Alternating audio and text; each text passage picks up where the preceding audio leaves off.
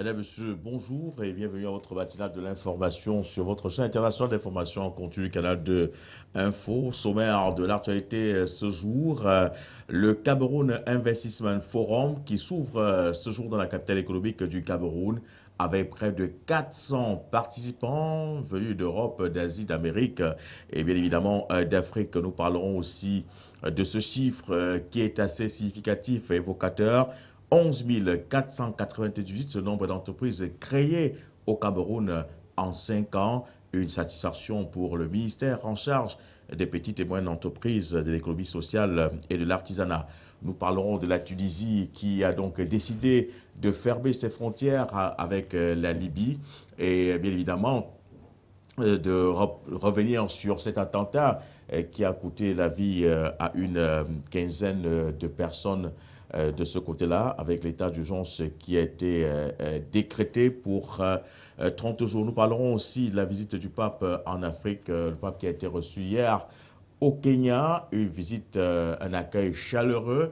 Le pape qui vient pour une tournée africaine, il va visiter le Kenya, l'Ouganda et la République centrafricaine, où l'on annonce le prolongement de la transition, l'on s'achemine, c'est déjà même décidé, vers une troisième transition pour donner encore plus de pouvoir à Catherine Samba-Panza. Voilà donc pour le sommaire.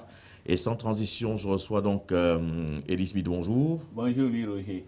Patrick Essandre, bonjour. Bonjour Louis Roger. Alors je voudrais qu'on commence tout de suite par le Cameroun et la capitale économique du Cameroun, qui abrite donc le Cameroun Investment Forum, où l'on attend pratiquement 400 participants venant bien évidemment de tous les continents, et pour booster l'économie et surtout pour amener ces gros investisseurs à comprendre que l'heure est venue pour investir au Cameroun. Alors Elie Smith, je vais commencer par vous.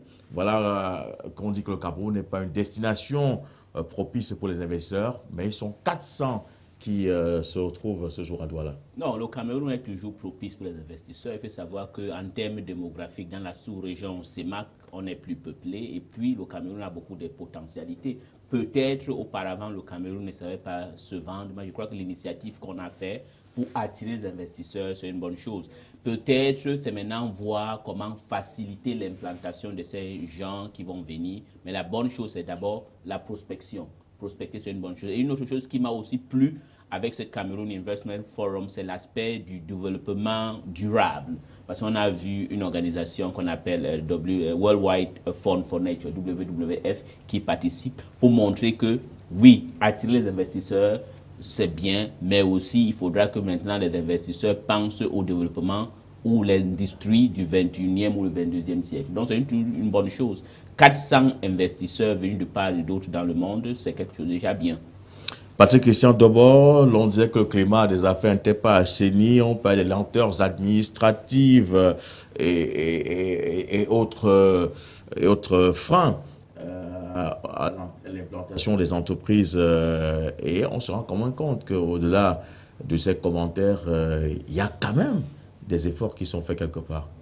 Oui, on est bien obligé de constater, Louis Roger, qu'il y a des efforts qui sont faits quelque part, même de manière naturelle au regard du potentiel et de l'environnement. Même la situation géographique du Cameroun fait du Cameroun une terre propice aux affaires, avec cette position à cheval entre le Sahel, l'Afrique de l'Ouest, l'Afrique de l'Est et l'Afrique australe. Le Cameroun a tous ces atouts-là. Et ce n'est pas la richesse qui manque, même aussi la richesse humaine.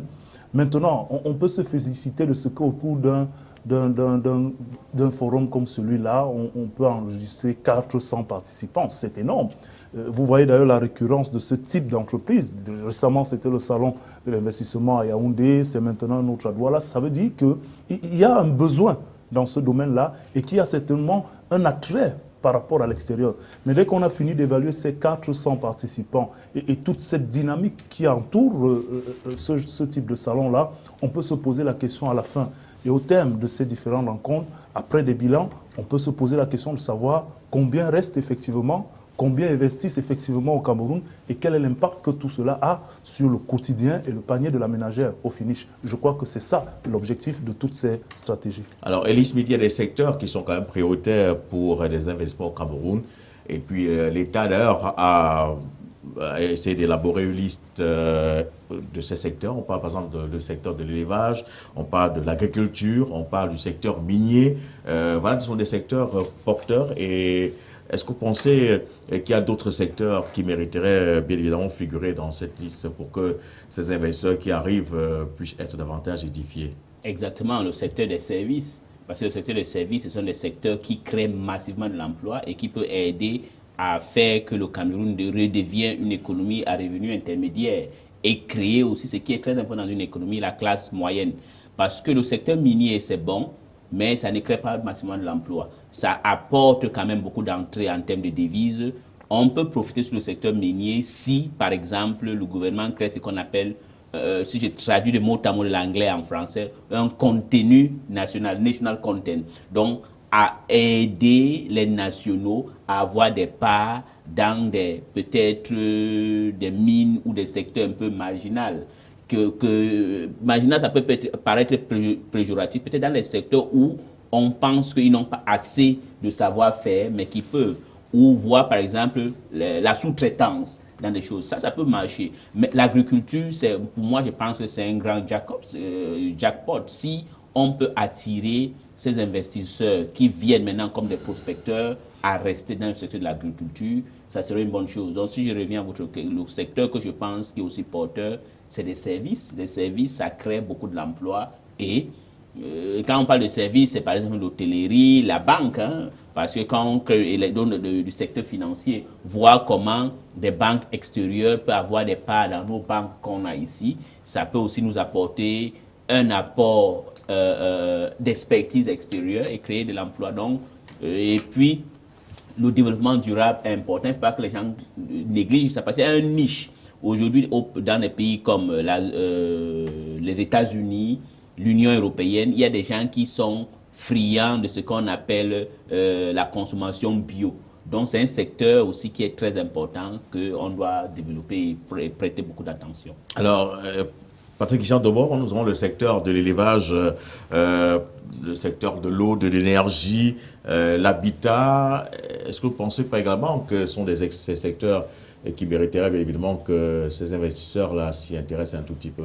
Écoutez, je commence par le dernier que vous avez évoqué, lui, Roger, l'habitat, avec la grosse problématique du logement social chez nous. Et on sait que depuis pratiquement une décennie, le gouvernement au Cameroun, hein, pour ne prendre que cet exemple-là, essaie de mettre en place des politiques pour le logement social qui ont de la peine à voir le jour.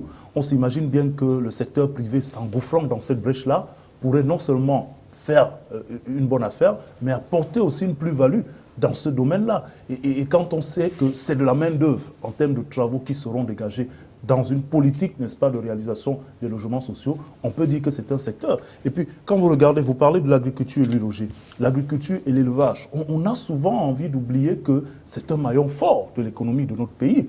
Et on parle de l'agriculture de deuxième génération. Certains en sont même à évoquer la troisième génération.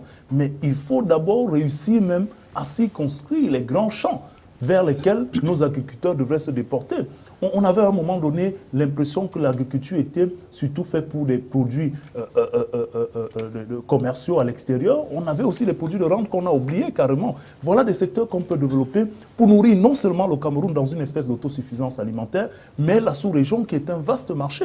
Il faut donc commencer de manière graduelle à transformer les mentalités, n'est-ce pas, de ceux qui s'engagent dans l'agriculture pour qu'on passe d'une agriculture finalement traditionnelle à une agriculture commerciale, mécanique. Mais dans cette mécanisation-là, il faut accompagner ces agriculteurs. Il faut de l'investissement, il faut de l'organisation, il faut du regroupement. Donc voilà autant de secteurs qui peuvent permettre à l'économie nationale de véritablement se positionner.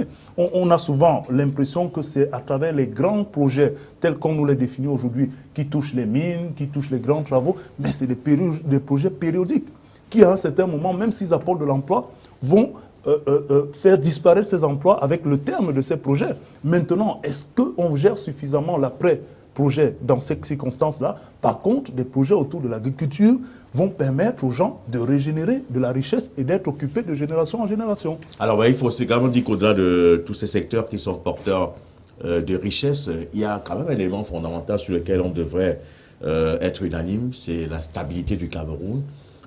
C'est ce climat de paix qui règne et qui est propice pour tout investisseur. Exactement. Quand un pays est instable, on peut avoir, par exemple, nous qui prenons la démocratie, ça sert à quoi si tu as une démocratie s'il y a une instabilité? Mais s'il y a une stabilité, quel qu'en soit le cas, les gens vont venir. Et quand les gens viennent, les investisseurs, pardon, ça crée ce qu'on appelle une classe moyenne. Et c'est la classe moyenne qui consolide la démocratie. La démocratie ne peut pas marcher là où il y a les gens, on le ventre, il n'y a rien le ventre. Vous voyez un peu ce qui se passe avec la réorganisation du RDP. Si vous sentez que c'est un problème, vous allez à notre parti, le SDF, c'est la même chose. Donc je pense que la stabilité est importante. Et autre chose, vous n'avez pas le problème de l'énergie. L'énergie est très, très importante. On ne peut pas atteindre l'émergence qu'on dit si, par exemple, le secteur énergétique est déficitaire. Et on verra que dans tous les pays africains au sud du Sahara, même en Afrique du Nord, en dehors des exceptions comme le Maroc et peut-être l'Algérie, tous ces pays ont eu un problème parce que les gouvernements respectifs africains n'ont pas investi massivement dans le secteur de l'énergie. La population a augmenté, le mode de consommation a changé, mais l'investissement est resté stable. Donc je crois que c'est un secteur important que le gouvernement doit encourager d'autres acteurs à entrer. Donc faire certaines dérégulations, fait que les ASONEL ou comment on appelle ça, ENEO, ne doit plus avoir le monopole. Je crois que le gouvernement a fait quelque chose d'important en essayant de créer une société de transmission, de transport de l'énergie. Mais je voudrais que le gouvernement aille un peu plus fort, décentraliser, donc arrêter ce monopole. Il faut qu'il y ait des individus qui sont capables que je vais donner l'énergie à Douala. Qu'il y ait plusieurs producteurs, qu'il y ait plusieurs sources d'énergie. Exactement. Parce que regardez, un homme qui a un salon de coiffure, qui doit faire ouvrir le matin, et le matin il n'y a pas de courant, pendant 4 heures, vous imaginez combien d'argent il a perdu. Voilà, je pense que l'énergie est très importante. Le gouvernement doit faire un exemple que le gouvernement doit prendre, c'est dans le secteur de télécommunications.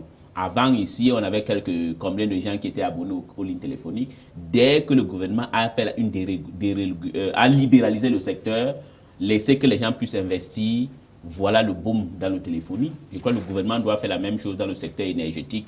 Même les socialo-communistes qui voient que le gouvernement doit tout avoir, c'est pas important. Moi, je suis content. La dame qui gère cette organisation, je ne la connais pas, madame quoi. Bon, écoute, je trouve qu'il faut que le gouvernement lui laisse assez de marge de manœuvre pour qu'elle fasse que le Cameroun soit plus attractif. Et de l'autre côté, l'administration doit faire un effort qu'on ne soit plus dans les bas-fonds de doing business. Ça veut dire on lutte contre la corruption, on fait la facilité des gens qui veulent investir, ouvrir une société rapidement au Cameroun. Ça serait une bonne chose. Alors, c'est Mme Mindia qui est donc responsable de cette agence de promotion des investissements au Cameroun qui organise donc le Cameroun Investment Forum, qui est donc ce grand forum qui s'ouvre donc ce jour dans la capitale économique du Cameroun. Voilà. Et vous avez également parlé de ces facilités. L'État a mis en place des facilités pour permettre donc que les entreprises puissent se créer facilement.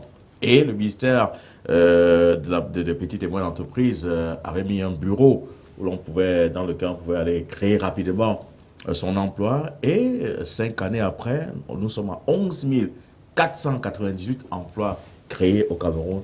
On peut croire peut-être que ce n'est pas une réalité, Lee Smith. Non, ce n'est pas une réalité. On ne peut pas croire que... Quand il y a les chiffres sont comme les mathématiques, on n'en doute pas, il y a des chiffres. Le problème des PME, c'est on crée, mais c'est la durée. Donc maintenant, le gouvernement doit faire un effort d'accompagner les créateurs de PME.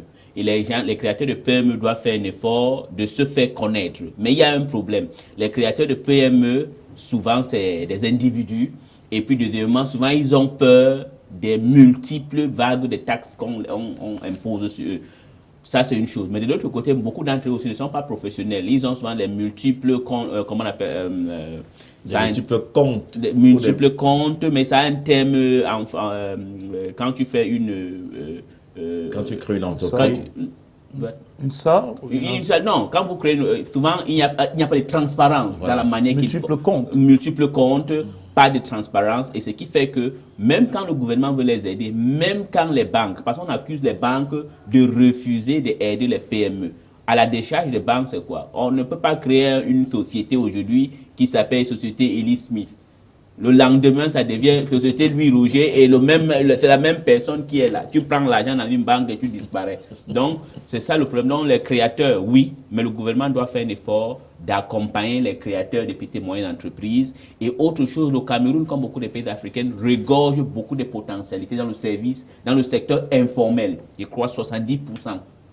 C'est beaucoup d'argent qui échappe à la fiscalité au pays. Donc, on doit faire un effort de faire une migration de la société informelle à une société formelle. Et ça, le gouvernement et le ministère de PME doivent encadrer et ne pas faire peur aux créateurs de richesses, aux créateurs d'entreprises. Alors, on a des journées qui sont consacrées à la petite et moyenne entreprise, comme PME Exchange, qui est annoncée pour les tout prochains jours, comme ces journées camerounaises de la petite et moyenne entreprise annoncées par Laurent-Serge Etoundi Ngoa, le ministre des petites et moyennes entreprises. Alors, sont quand même des occasions et des opportunités offertes aussi bien à l'État qu'au privé pour parler de la petite et moyenne entreprise qui constitue quand même près de 90% de structures créatrices de richesses au Cameroun. C'est clair que l'impact des petites et moyennes entreprises dans une économie comme celle du Cameroun est indéniable. Vous évoquiez tout à l'heure plus de 11 000 entreprises créées en moins de 5 ans. Les chiffres sont là, ils sont certes réels, mais dans une récente étude aussi, il était démontré qu'environ 80% de ces entreprises créées n'ont pas plus de 2 ans de vie. Donc, j'aimerais bien aussi que le ministère des petites et moyennes entreprises nous donne un ratio des entreprises qui ont passé le cap de 2 années de vie. Et je vais vous dire, ça se lit tout simplement. Quand vous prenez de manière comparative entre les facilités qui sont faites dans un pays comme le Ghana et le Cameroun, au Ghana, vous avez 5 années pour vous implanter. Pas d'impôts, pas de patente, en tout cas pas de charges fiscales. Et c'est après 5 ans que vous venez personnellement vous présenter, parce que si, après 5 ans, vous ne vous présentez pas, les services fiscaux vont vous traquer. Au Cameroun, c'est vrai qu'on dit qu'il y a des facilités. Il y a des facilités comparées à ce qui était fait il y a 5-10 ans. Mais il y a quand même plus de il y a 2 ans. On a une exonération uniquement de la patente. Ça ne vous exonère pas des charges fiscales, qui est d'ailleurs le plus lourd. La pression fiscale, vous allez payer tout le reste. Il n'y a que la patente pour laquelle vous êtes exonéré. La patente représente quoi dans les charges d'une entreprise qui est créée? Et rien que pour 2 ans. Donc vous allez vous rendre compte que ces entreprises qui meurent au bout de 2 ans, c'est effectivement les entreprises qui n'ont pas pu avoir la possibilité de se frayer un chemin. Et pour d'autres, évidemment, il y a des entrepreneurs véreux qui savent déjà huiler et jouer au chat à la souris avec le fisc et l'État, et qui arrivent donc à changer au bout de 2 ans. Chaque année, on recrée une nouvelle entreprise, on a une nouvelle exonération et on avance. Donc dans ce jeu-là, malheureusement, c'est ceux qui essaient d'être sincères qui payent les frais. Donc il faudrait, par rapport à cette situation-là, que justement la pression fiscale soit un peu revue. C'est le véritable talon d'Achille, n'est-ce pas, de la création des structures, surtout locales, parce que ceux qui viennent de l'extérieur, parfois, avec quelques euros, c'est résolu, et puis on rentre dans une dynamique qui absorbe et tue finalement la petite et moyenne entreprise locale, qui, elle, est véritablement, je vais dire, le statut sur lequel l'économie devrait se baser. Donc, quand vous le dites, avec PME Exchange et bien d'autres salons qui arrivent, Louis Rouget, c'est de bon augure. Ça permet quand même de remettre au goût du jour et devant la scène et de marteler de nouveau quels sont les problèmes de ces petites et moyennes entreprises. On a besoin de savoir quels sont les problèmes et de les toucher du doigt. Maintenant, on peut se satisfaire de la création de ces entreprises, mais on devrait davantage se satisfaire du nombre d'entreprises qui, après avoir été créées, sont effectivement viables et arrivent à faire vivre le tissu économique. Alors, on a également soulevé, pour ce qui est de la qualité de ces entreprises, également des questions de compétitivité, des questions de qualification qui peuvent expliquer cette durée précaire ou précoce ou cette mort subite de ces entreprises. Alors, est-ce que vous pensez pour aujourd'hui qu'il faille que l'on mette l'accent beaucoup plus sur la qualité même de ces structures? Sont-elles qualifiées pour soumissionner un certain nombre de marchés où la concurrence est pointue? C'est la question que je vous pose, Smith. Voilà, bon, je pense par exemple sur le problème de création d'entreprises. Là, moi, je trouve qu'il n'y a pas de problème de qualité, de qualification. il y a des gens qui n'ont pas besoin d'être des diplômés de Stanford ou de London School of Economics pour créer une entreprise.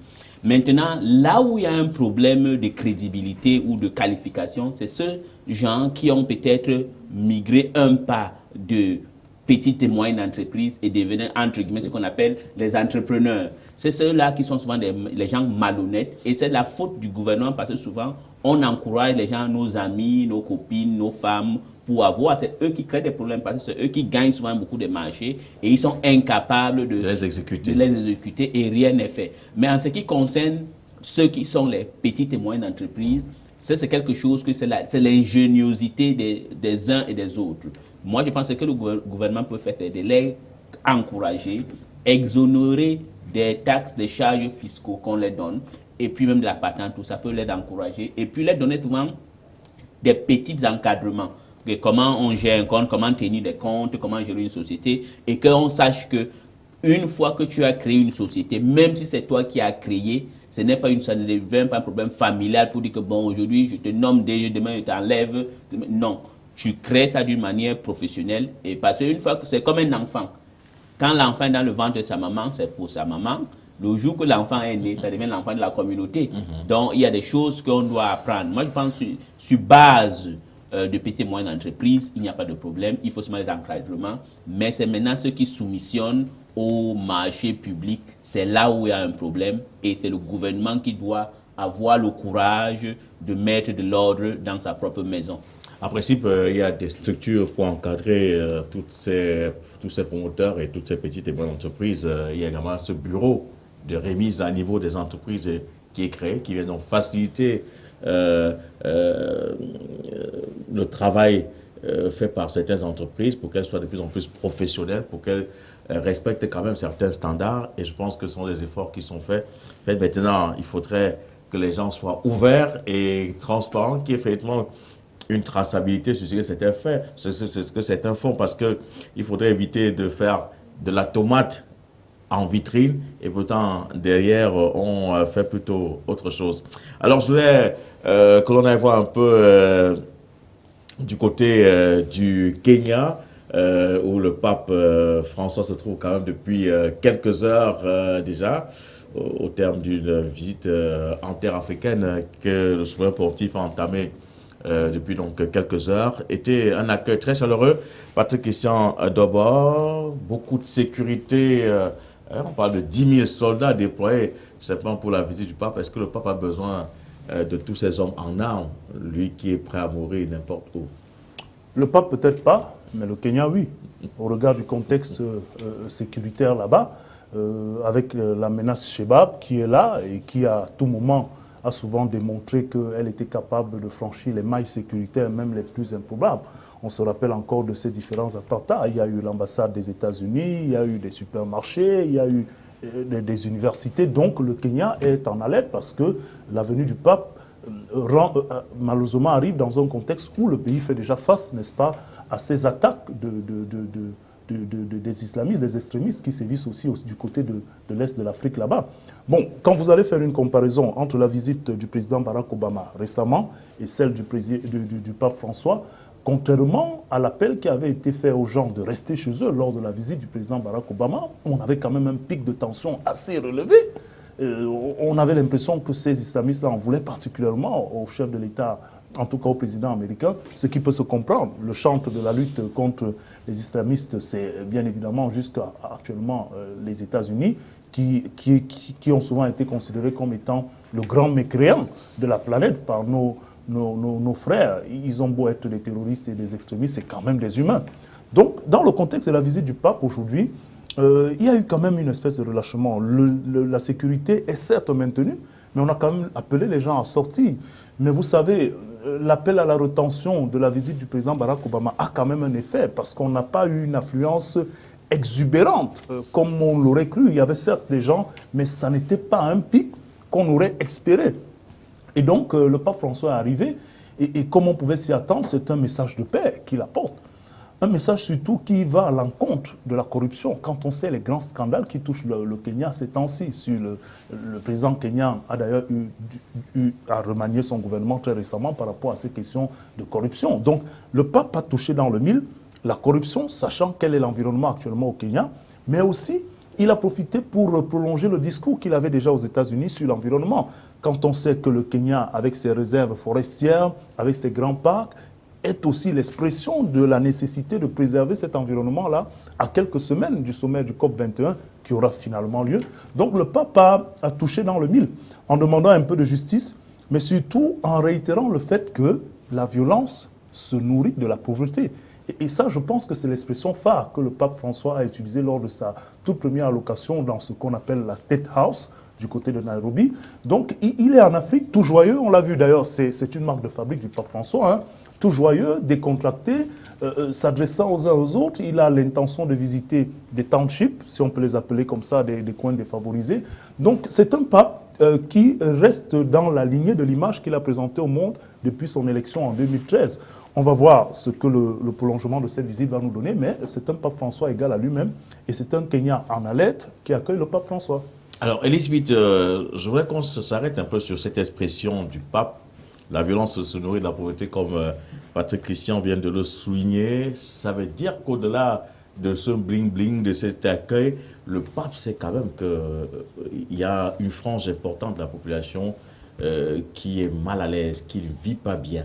Oui, oui, Roger. Vous savez, c'est un monsieur qui vient de l'Amérique latine, hein, et qui vient de l'Amérique latine vient des pays où il y a, ou des régions ou une zone qui a de la pauvreté. Une des raisons, par exemple, que son pays même actuellement qui est passé à droite, Dieu merci, que la gauche a gouverné les Kirchner, c'est parce qu'il y a trop de la pauvreté. Si vous voyez même au Brésil, pourquoi le syndicaliste Lula est venu au pouvoir, c'est parce que c'est un homme de gauche qui est venu avec un espoir pour aider à réduire la pauvreté. Et il faut savoir que aussi les hommes de Dieu, les prêtres que vous voyez là-bas, c'est des gens qui sont en étroite collaboration avec la réalité et ils le font des rapports. Donc je pense que vous serez même peut-être étonné que le pape François peut connaître même le taux de pauvreté au Kenya, même plus que le président kenyan. Parce que c'est d'abord un pays chrétien à 80%. Donc, et c'est vrai que là où il y a la pauvreté, prospère la criminalité, prospère aussi le vice, le terrorisme aujourd'hui. Parce que beaucoup des gens qui s'adonnent au terrorisme aujourd'hui, on voit que beaucoup d'entre eux, si tu regardes même au Cameroun, au Nigeria, c'est dans les zones où il y a beaucoup de pauvreté, le niveau d'études ou d'éducation est bas. C'est le grand nord du Cameroun, les gens ne vont pas à l'école, on peut tout dire, parce que les élites de là-bas, ils bouffent tout l'argent. C'est la même chose avec les élites du nord du Nigeria. Ils ont gouverné pendant 50 ans de l'indépendance du Nigeria, 35 ans, c'est les gens du nord qui ont gouverné ce pays, le Nigeria, mais leur partie du monde ou leur partie du pays est sous-développée. Sous-développée, c'est la même chose au Cameroun. L'indépendance du Cameroun, premier président Amadou Ahidjo. Il y a les ministres, comment on appelle le président de l'Assemblée nationale, le ministre Ali, sont peut-être 40 ans au pouvoir. Mais chez eux, même dans leurs arrondissements, dans leur famille, il y a des gens qui ne savent pas lire et écrire. Donc, c'est des terreaux qui sont propices. Donc, au Kenya, par exemple, il va visiter Kibera, qui est, entre guillemets, le plus grand bidonville d'Afrique ou du monde, pour voir de lui-même la pauvreté. Et je trouve que c'est quelque chose de bien. C'est un homme de Dieu.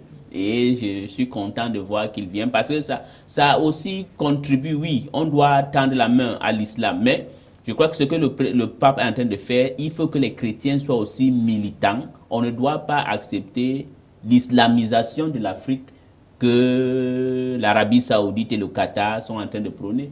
Alors peut-être que ce sera une très bonne occasion également pour permettre au président Uhuru Kenyatta de vivre la réalité de son pays en face et peut-être de prendre enfin les décisions qui s'imposent pour sortir son pays de cette pauvreté. Bon, peut-être de la revivre, hein, j'ai envie de dire, parce qu'il faut quand même connaître... Mais parce que la revivre, certainement pas, parce que s'ils savaient que ces populations vivaient dans la dèche, on n'aurait pas attendu que le pape vienne pour qu'il aille visiter ces bidonvilles, Kibera. Non, mais écoutez, lui, Roger, vous savez, lorsqu'on a souvent un regard qu'on porte sur ces dirigeants-là, ça n'est pas faute de savoir. Ce qu'on leur reproche, c'est l'action. Ce n'est pas parce qu'ils ne savent pas ce qui se passe. Ils sont même parfois très au courant. Ils savent. Vous n'allez quand même pas vous imaginer que le président Uhuru ne sache pas qu'il y a ce bidonville qui a franchi les frontières à l'international au point d'être reconnu comme étant le plus grand bidonville de l'Afrique. Il le sait. Peut-être ce qu'on peut lui reprocher à lui et à ceux qui ont été au pouvoir au Kenya avant, c'est de n'avoir pas agi, c'est de n'avoir pas pris des mesures fortes, des actions fortes, pour que dans ce bidonville-là, ou bien dans cet espace-là, qu'il y ait un minimum de conditions qui permettent à ce que ces Kenyans-là ne soient pas des Kenyans à part entière. Et c'est peut-être à ce niveau qu'on va dire qu'il va le revivre, et peut-être qu'en le vivant à côté du pape François, qui est une personnalité morale et qui va certainement lui dire vous ne pouvez pas être dans le State House avec tout ce luxe, alors qu'à côté, à quelque part de chez vous, il y a des Kenyans qui sont dans la dèche. Peut-être que ça peut avoir un impact positif. Donc, on va dire qu'il va le revivre, et on espère que la présence du pape François va permettre d'avoir un autre regard, ou bien une action peut-être un peu plus accélérée sur ce côté-là. Donc, ces différents pôles, et justement le rôle moral du pape François ou d'une personnalité spirituelle quand elle arrive dans ce contexte-là, c'est d'être finalement un élément déclencheur d'un nouveau paradigme. Et c'est ça qu'on attend. Sinon, à quoi ça sert une visite comme celle du pape? Il n'a pas d'armée, il ne va pas donner le financement, il n'est pas le FMI et j'en passe, mais au moins sa présence peut être un élément déclencheur qui permet de changer de paradigme dans la vision ou bien dans la manière de gérer les affaires. Et c'est en cela qu'on peut espérer et se réjouir. Voilà. Alors, quelqu'un qui ne va pas trop se réjouir, c'est Ellis Smith, qui n'adore pas Pierre Nkurunziza, qui vient donc de demander à ce que Antoine Kabouraé soit extradé. C'est le patron du journal du groupe de presse Iwaku au Burkina, qui est donc recherché. Il serait impliqué dans l'attentat manqué de mai dernier qui visait à renverser Pierre Nkurunziza. Alors voilà encore la presse au Burundi menace Ellis Smith. Non, je pense... Écoutez, ce n'est pas que je le hais. Je ne peux pas haïr un être humain. Mais je ne serais pas aussi content de voir qu'il n'est plus président du Burundi parce qu'il est un monsieur qui est en train de tuer les Burundais. C'est lui qui est responsable de la descente aux enfers du Burundi aujourd'hui parce qu'il veut rester au pouvoir. Moi, je trouve que sa demande d'extradition ne doit pas être respectée. Quel crime le journaliste a fait? Le journaliste a fait son travail de relayer une information. Et je sais que peut-être ce n'est pas déontologiquement bon de le dire, mais s'il y a un coup d'État salvatrice pour en finir avec un despote, pour moi, ça ne fait rien. Donc, par exemple, j'ai toujours dit, par exemple, il y a des gens qui aimaient Saddam Hussein. Mais moi, j'ai aimé George Bush pour la simple raison d'avoir chassé Saddam Hussein du pouvoir. Il y a des gens aussi qui aimaient Kadhafi. Mais quelqu'un qui reste au pouvoir longtemps, oui, je comprends, la Libye est devenue ce qu'elle est devenue. Un dictateur, c'est un dictateur. Il n'y a pas de bon dictateur. Vous avez vu en Égypte, Moubarak est resté au pouvoir pendant longtemps. Il a tué l'opposition égyptienne et a fait naître, fait venir au pouvoir Mohamed Morsi, des frères musulmans. Donc je pense qu'une dictature n'est pas une bonne chose. Et la demande d'extradition de M. Nkurunziza doit être ignorée. Ce n'est pas parce qu'il ne serait pas bien jugé, il serait exécuté directement. Alors, le procureur général de la République a donc demandé au ministère de la Justice belge, Patrick Christian Debord, d'extrader donc ce directeur de publication d'Iwaku, qui est le seul groupe de presse privé encore en activité au Burundi. Ben, vous vous imaginez bien que la Belgique ne va pas le faire, ça c'est clair. Mais si on va s'en tenir finalement aux accords et aux principes qui voudraient qu'on applique les mêmes mesures à tout le monde, moi je dirais à Elie que je ne partirai pas pour un coup d'État qui va chasser un despote parce que les règles démocratiques qui sont établies par vos amis libéraux, c'est des règles démocratiques qu'il faut respecter pour tout le monde. Il ne faut pas les tamiser et avoir une mesure en fonction des personnalités. Et dans ce cas-là, on dira que si cela doit s'appliquer à Nkurunziza, que cela s'applique à Kagame, que cela s'applique à d'autres personnes. Pourquoi est-ce que vous viendrez chasser Kadhafi alors qu'il y en a qui massacrent à côté? Vous avez vos alliés, l'Arabie Saoudite qui finance ici, et vous direz non, tout ça c'est un embrigo dans lequel on nous entraîne et qui finalement participe seulement de la diversion pour les intérêts géostratégiques des uns et des autres. Alors, mais moi je voudrais qu'on parle du Burundi quand même, pendant qu'on se plaint de ce propriétaire de Iwaku. Moi, je vais quand même dire qu'il y a Esdras, votre ami Esdras Dikumana, qui a quand même eu, n'est-ce pas, le prix de la presse diplomatique. Voilà une quelconque récompense, même s'il est en exil. Après quelques fessées diplomatiques, même s'il est en exil actuellement, en tout cas installé au Kenya, c'est quand même une récompense dans un Burundi où il y a des suspicions d'incursion des rebelles burundais du côté de l'Est de la République démocratique du Congo. Vous voyez, ça peut se prolonger. Il y a des suspicions aussi de recrutement dans le camp de réfugiés au Rwanda, des rebelles pour venir. Donc il y a quand même beaucoup de pays dans la sous-région là qui sont impliqués. La situation au Burundi, j'ai de plus en plus l'impression qu'elle n'est pas simplement du simple fait de l'obstination, je vais dire, de Nkurunziza à rester au pouvoir. Il y a d'autres tentacules qui commencent déjà à se faire ressentir et ce bouillonnement-là est aussi le centre d'autres intérêts, hein, que ce soit au Rwanda, que ce soit en RDC. Bon, c'est bien dommage parce que Nkurunziza aurait pu ne pas être un acteur dans ce bouillonnement. Voilà peut-être sa faute, mais il faut bien dire que c'est une scène théâtrale qui semble bien aller au-delà du seul Burundi. Alors, un peu comme un autre théâtre, c'est tout l'Allemagne qui veut suivre la France, un peu partout, la France qui suit l'Allemagne un peu partout. Et pour ce qui est donc de la tarte de l'hôtel Radisson Blu au Mali, on apprend que Angela Merkel, la chancelière allemande, avec bien évidemment tout son gouvernement, voudrait envoyer 650 soldats allemands pour appuyer les efforts de la France au Mali. Alors, Elie Smith, vous souriez un tout petit peu. je souris parce que ce n'est pas assez. 650, c'est pas assez. La France a 2000 hommes là-bas. Donc l'Allemagne, je pense que l'Allemagne, je crois qu'il est un peu hypocrite. L'Allemagne veut peut-être montrer à la France que je vous soutiens, mais honnêtement parlant, si l'Allemagne veut aider la France, il faut qu'elle donne aussi autant de troupes au Mali ou ailleurs, comme la France le fait. Eux, ils ne veulent pas. Et puis, autre chose pour le Mali.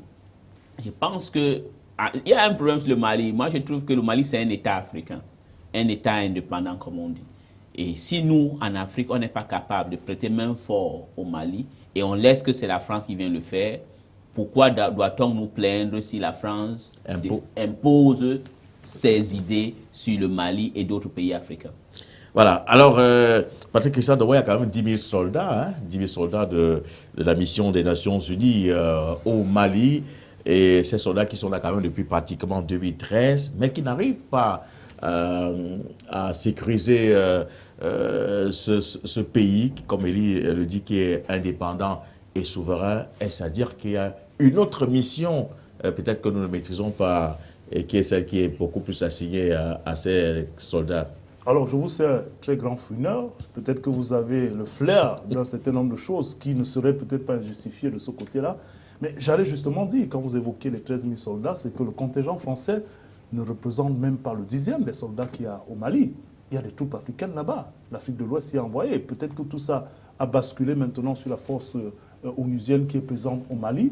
C'est que la France se veut d'abord avoir à elle son contingent à côté du contingent de la mission onusienne. Et les forces présentes là-bas sont à la fois représentées aussi par des forces qui viennent de l'Afrique de l'Ouest, le Nigeria a un contingent, ainsi de suite. Donc, j'ai envie de dire que la position, qu'est-ce qui oblige l'Allemagne à suivre la France dans ces démonstrations de force de gendarmes du monde? Rien. Rien, Elie.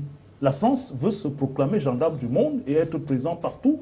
Et aujourd'hui, elle en est à larmoyer et à commander partout pour avoir du soutien. Non. 650 hommes, c'est beaucoup déjà. Oui, c'est beaucoup, non? Il faut qu'on se dise des choses. Oui. Qu'est-ce qui oblige la France à se prétendre être le gendarme du monde partout et de l'Afrique, du monde, parce que ça va même en Syrie. La France veut être sur tous les plans du conflit, alors qu'elle n'en a pas la capacité. Financièrement, elle n'en a pas. Et même sur le plan des troupes, la France est préoccupée. Vous voyez, et dans ce contexte-là, il me semble aujourd'hui que le tour du monde que fait François Hollande, c'est justement une espèce de tour qui vise à venir larmoyer, à commander et à implorer même le soutien. Et vous savez, quand vous êtes dans cette posture-là, vous prenez ce qu'on vous donne. L'Allemagne a ses priorités. Et l'Allemagne qui envoie déjà 650 hommes, ça n'est pas peu. L'Allemagne s'est proposé de se mettre dans la logistique, dans le soutien avec des petits centres hospitaliers et autres qui sont là-bas.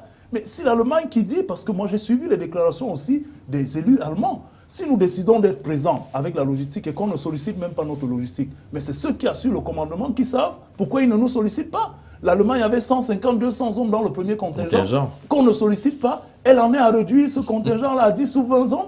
Vous voyez, et parce que dans cette position-là, plus vous avez le secret de l'information sur le terrain, plus vous avez la possibilité d'influer par rapport au contrat. Et la France ne veut pas donner la possibilité à d'autres pays d'avoir cette influence-là. D'où une autre mission qui est différente de celle assignée au casque bleu. On peut vous dire, Elie, que c'est vrai, on peut avoir l'impression que l'Allemagne joue à l'hypocrite.